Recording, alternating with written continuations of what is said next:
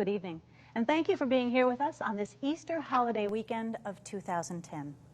Our NewsNight team is off for the evening, so I have the pleasure of hosting this edition of NewsMaker Akron. That program has become a wonderful opportunity to meet and talk with some extraordinary people. Two of those extraordinary people I met and talked with on a golf course in East Canton last summer. The golf course was Clearview Golf Club, the only golf course in the country designed, built, owned, and operated by an African American. And the people were 92-year-old William Powell and his daughter, former professional golfer and one of the game's best international ambassadors, Renee Powell.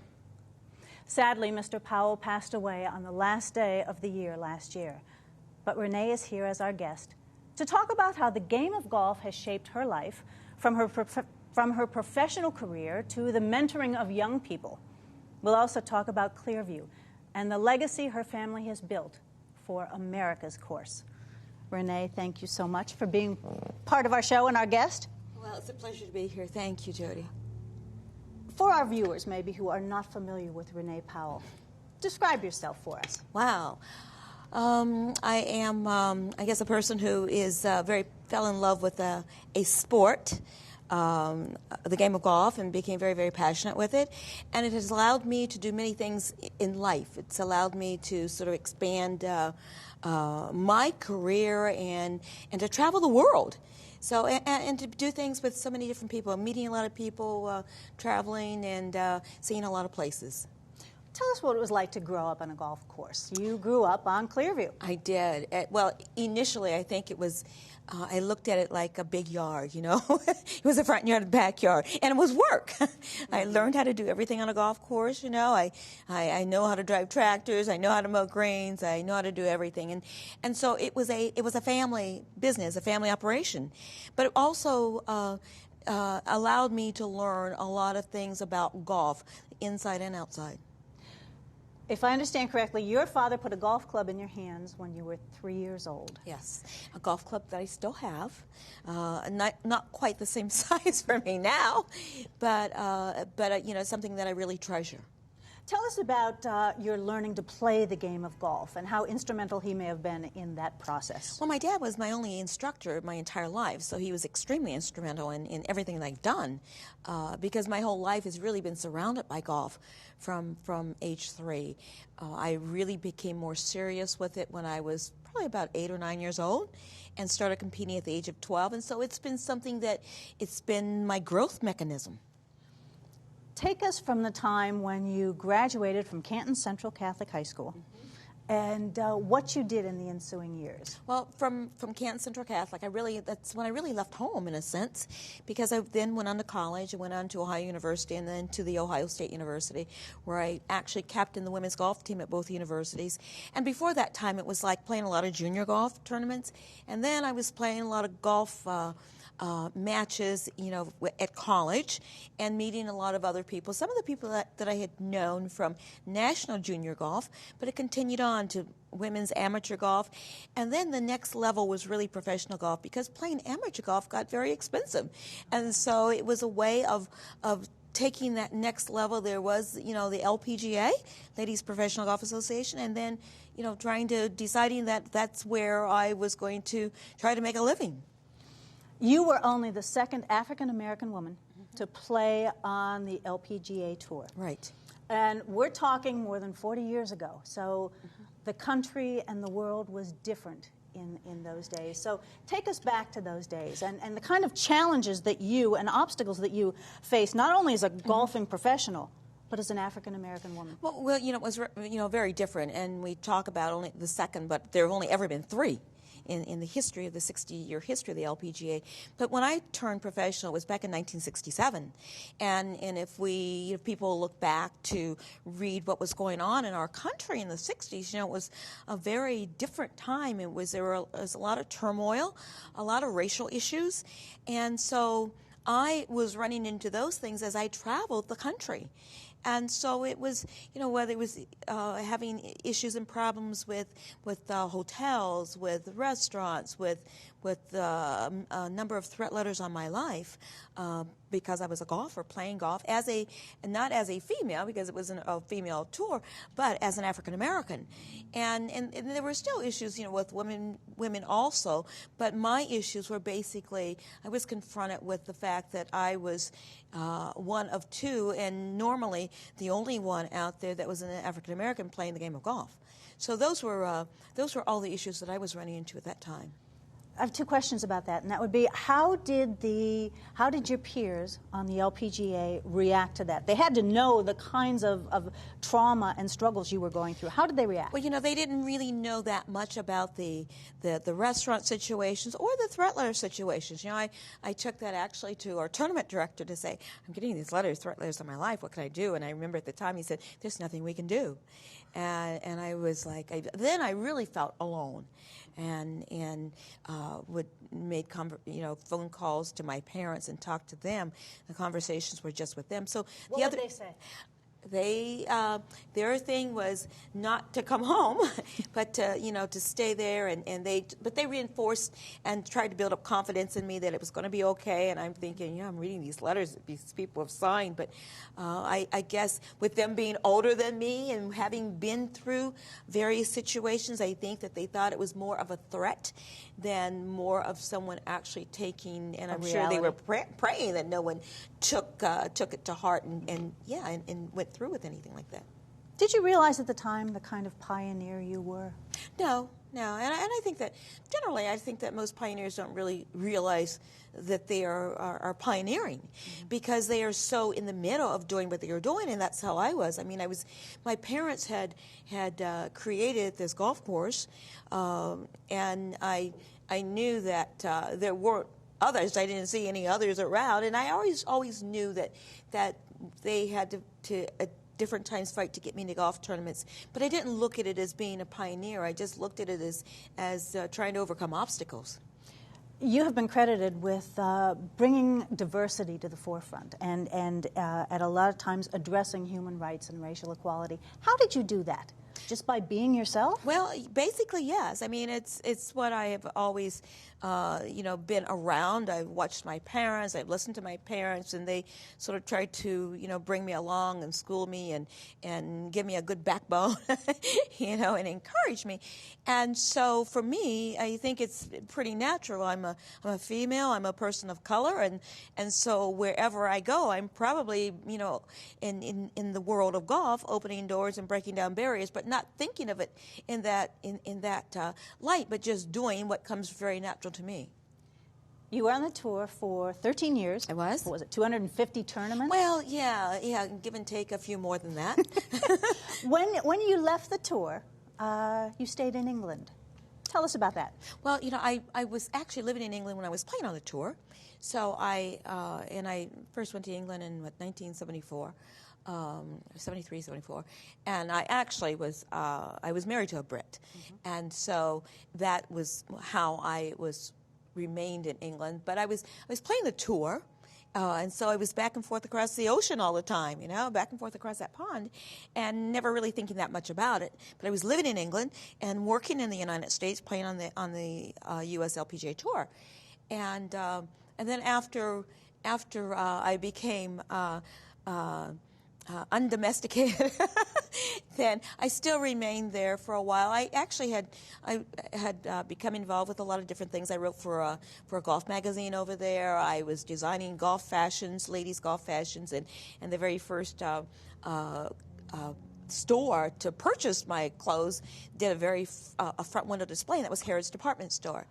And so and then I became a head golf professional at a golf club called Silvermere in just south of London. So in 1981, I think I decided to move back to the United States. Well, you came back to Clearview. I did. And what I'd like to do is now kind of switch the focus of the story. Your father grew up in Minerva, Ohio. He did. He was a star athlete, a football player, a golfer. In fact, he not only captained the golf team, but I understand he coached the golf team. He did. He went to fight in World War II. I had an opportunity to play on golf courses in Europe and in England. Tell us then what happened when he came home to this country in 1945. Well, you know, he came back home and thinking that things would have changed because coming through high school, he played golf at, because he was on the golf team, he played at various courses around, and he had scheduled courses at public and private courses, but it was after high school. Because of the color of his skin, he wasn't able to play those same golf courses that he had scheduled the matches at. And then during World War II, coming back, you know, World War II, it was a segregated army. It was a black army and a white army until President Roosevelt integrated the armed forces actually in 1945. Well, my dad came back to the United States thinking that here he was a veteran fighting in a war. I mean, you know, World War II was a big war. So fighting in the war, and thought that things would have changed. But when he came back, he found out that he was still treated worse than a second-class citizen, and things had not changed. But his passion and love of the game was still the same as it was when he started playing that game as a 9-year-old. And having been able to play all the courses in the UK and England and Scotland, you know, it kept up his passion for the game. And so he felt that the only thing that he could do was some way try to find a way to continue to play the game of golf so that everyone deserved and could have that same opportunity, regardless of their race, their color, their skin, their religion. And so he became committed to find a way to build a golf course. And he did. And he did. He literally built it by hand. He did in 1946. Tell us about that. I mean, obviously you don't remember it, but the stories of his designing the course, seeding the course. Well, you know, he having coming from England and Scotland, which was the home of golf, and his passion, he looked and so the golf courses over there, they're not the way, you know, we, you know, design and manufacture them here in the States, but they were the natural elements. If you look at, I remember looking at something about St. Andrews, the old course, and it said that the architect of the old course was Mother Nature. And so he was a person who was a visionary, and it was just like painting a picture, you know, like an artist. And so he went out, he looked at the land. It was an old rundown dairy farm. He looked at the land to decide where would be a great place to put a hole, to put a green, and using the natural elements. There was a stream that ran all through the golf course, and he literally, the first 9 holes that he began building in 1946, he had just a hand seater around his neck, which he walked back and forth to see the entire fairways on all 9 holes. And that is, I mean, literally planted them just by walking back and forth, and that's how he built that first 9 holes, mostly by hand. He said he had to pick the rocks out of the fairway, you know, so they wouldn't be stones. And he said he thought that he could hire somebody to be a rock picker, but he said he ended up being the rock picker himself. So, and he did all this while obviously helping your mom raise the family, right, and working full-time at Timken. That's right. I mean, he had to raise, you know, he had 2 children at that time, and a wife, and it was, you know, keeping food on the table, and, you know, clothes on our back and a roof over our head. Describe for us your dad's philosophy about golf, and some of the wonderful comments he's made. I know you've commented that, you know, for your dad, on a golf course, the only color that mattered was the color of the greens. That's right. I mean, he saw no color when it came to golf, or he saw, you know, he didn't see color, but it was trying to educate people about it. You know, that you know, in society we live on one earth, you know, and we need to understand and learn how to get along. And his way of educating people was through golf. He grew up in a town, Monroe, Ohio, which is still the same. And their family was the only family of color that lived in that town. And one of his sisters has gone back and lives in the house that my grandfather built. And so the town hasn't changed. So so that was where his whole background and philosophy was, that you know, treating people the way you want people to treat you. And sure, in life you may run into obstacles, but you need to try to find your way around those obstacles or over those obstacles. But if they're here and you need to go to the other side of them, just find a way to get there. And he believed in never, you know, no one ever saying to him that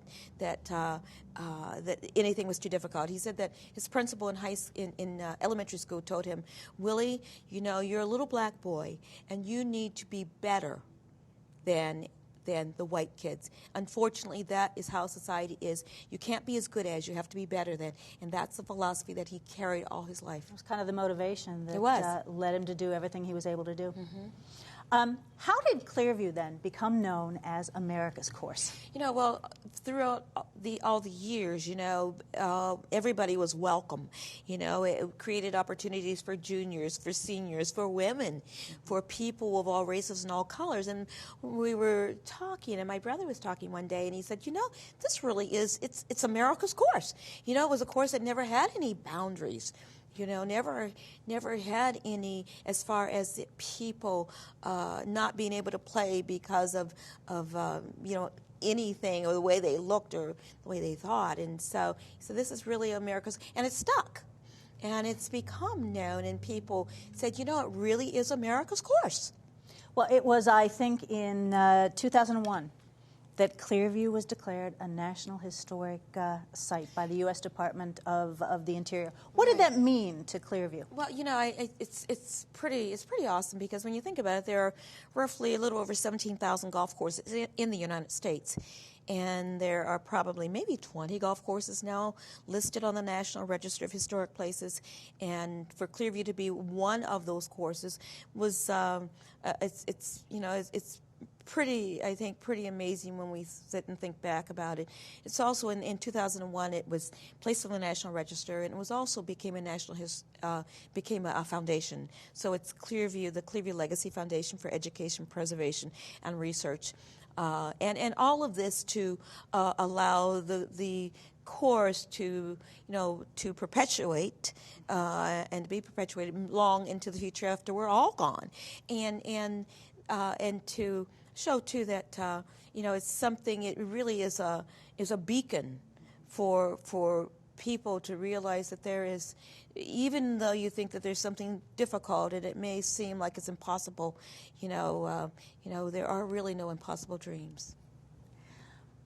You have done some pretty amazing things, you and your father, your whole family has, from your base at Clearview. So I want to talk for a few minutes about things like First Tee and your involvement with First Tee. And you have a youth golf camp cadre program. Tell us about that kind of work. Well, there are various things that I started. You know, back in the early 90s, I started the Renee Powell Youth Golf Cadre program, and I was doing some things, and I was actually running a golf course in Cleveland, and it was a 36-hole golf course. It was, I think, the first time that a female had become the head golf professional over a 36-hole golf course in this country. There weren't very many females that were head professionals at courses across America. And so I'd always been involved with the youth programs that my parents had done and created. And so I decided that being in Cleveland, a large city, to try to create a program where going into the school system and getting the schools involved. And so it ended up being a program that it was a start that led to the First Tee. Because no one had done this sort of a program anywhere in the country. And so it was a program that I was using golf as that carrot, as that tool, but also having a cultural, vocational, and educational component to it. And got involved with a friend who was from Canton originally, who was then the vice president of Baldwin Wallace College. And so that was a good link. And so Dr. Obie Bender and I put together, he brought the whole educational component to it, and so we also were able to have some mentorship programs along with it. And the students at Baldwin Wallace got involved, so from the president on down, it was a program that was very much supported. And that is a program that eventually I gave to the PGA of America to serve as a youth program for them. As far as First Tee, it came along a little later, and I was brought on board because people knew the program that I had created. I was brought on board to help put together the curriculum and the programming for the First Tee program nationwide. And thus, there was a gentleman by the name of Fred Tattersall who endowed, he went to First Tee actually and said, my wife and I would like to give First Tee $1 million if you will create a program so that we can honor Dr. William Powell, my father. And so the life skill program was created. And so we don't have a First Tee program at our course, although from the national standpoint, that is how I was involved. And there are awards that are named now after my dad. There's a Dr. William Powell Leadership Award. There's a Renee Powell Award. Nancy Lopez and I think Earl Wood and Fred Tattersall, that when students go to, they're like a leadership program where students receive the Dr. William Powell Scholarship to spend a whole week, and then the youngsters vote on who should receive these other awards. Well, why is it important to mentor young people and to mentor them through the game of golf? Well, golf is something that I know, so it's what I know best, but it's important to mentor young people because they are the lifeblood of our country. They're the lifeblood of the world, and the more we can educate them and teach them of the values. And golf, there's such a wonderful correlation between the game of golf and the game of life. You know, when you talk about honesty, you talk about integrity, you talk about, self-confidence, you talk about so many wonderful things, like in golf, there are no referees to tell you that, that if your ball moved and no one saw it but you, out of position, then you're the one that has to call the penalty on yourself. And so those are life lessons that we learn. And if we can teach young people early those life lessons, then as adults, they're the ones that are going to lead us in the world. You have been the recipient of so many awards and accolades. The first recipient of the Rolex for the Love of the Game Award. But one that struck me was the award that you received from St. Andrews, the Honorary Doctor of Law, which, if I remember correctly, you were only the 9th person, the 3rd American, and the only woman to ever have achieved. What did that mean to you? Oh, it was pretty incredible, because I know when I received a letter from the president, I was reading through this letter, and I had to read it a couple of times, because I'm like, they're saying what? And he's saying that that they had wanted to bestow upon me an honorary Doctor of Laws degree, and if I would accept. And I'm like, if I would accept, Hello. And so the neat thing was that I was able to take my father. My father was able to escort me and to over to St. Andrews, and it was the first time that he'd gone back to Scotland since World War II, and his first time ever being at the old course and being in St. Andrews. So to be able to stand on the stage, and they're very formal, as you can imagine, in Scotland.